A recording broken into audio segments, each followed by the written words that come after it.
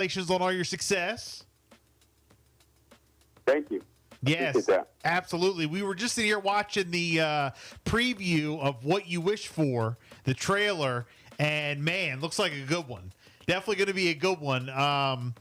Can you kind of give us a rundown, basically from, what I saw? So you're a chef, you go to live with your friend, and does the friend die? Is that what happens? Yeah, he dies, and I say that that's not a spoiler. I think that's in the trailer. I think you see him. Yeah. I just want to make sure. I just want to make sure I had it right. He dies, and you kind of take over his identity and start working with, I'll just say the bad guys, and you become their chef, right. And then that's the show. It turns into now you're in and you can't get out, and you're using his identity, right? Yeah, that's right. And the trailer, it doesn't reveal there's sort of a big secret in the film that when you see it you'll know what I'm talking about, but it's something that the director didn't want to reveal in the trailer. So there's something kind of let's say really dark that's going on in the film that's not in the trailer, but that's the basic gist of it. I mean, this guy Ryan, he goes down to South America. He's kind of running away from this gambling debt. Okay. And he's hiding out down there. And this guy we went to culinary school with he's living this life that looks really amazing, and he's traveling around and cooking for wealthy people in these exotic locations, and he looks like he just has this really amazing life. And so Ryan kind of assumes this guy's job, and there's a real dark side to it, So ultimately a price has to be paid for this decision that he makes. And some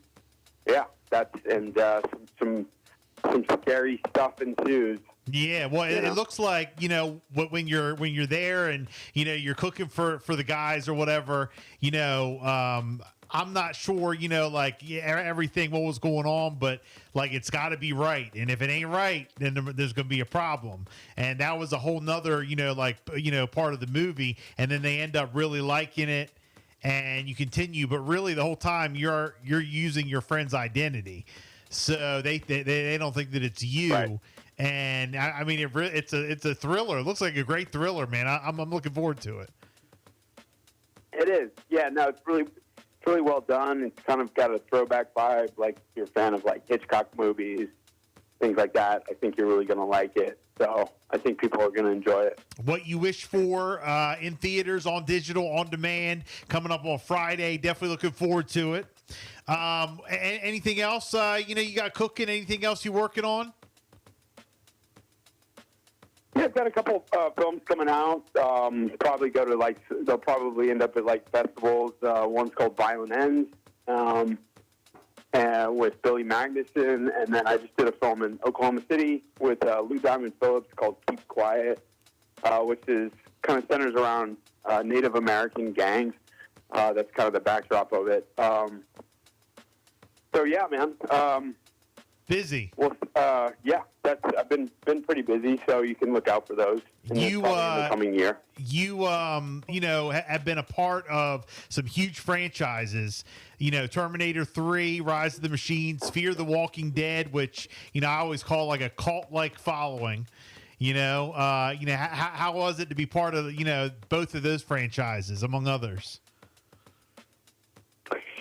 Yeah, I mean, Walking Dead was a trip. I didn't really even know how big those shows were. Yeah. What kind of fan base they had, but I quickly found out.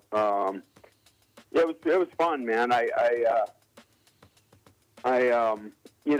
got to show up and put on some zombie makeup, which was cool. Took some pictures for my family, So got to turn into a walker. That seems to be the ultimate goal of like actors who show up on that show.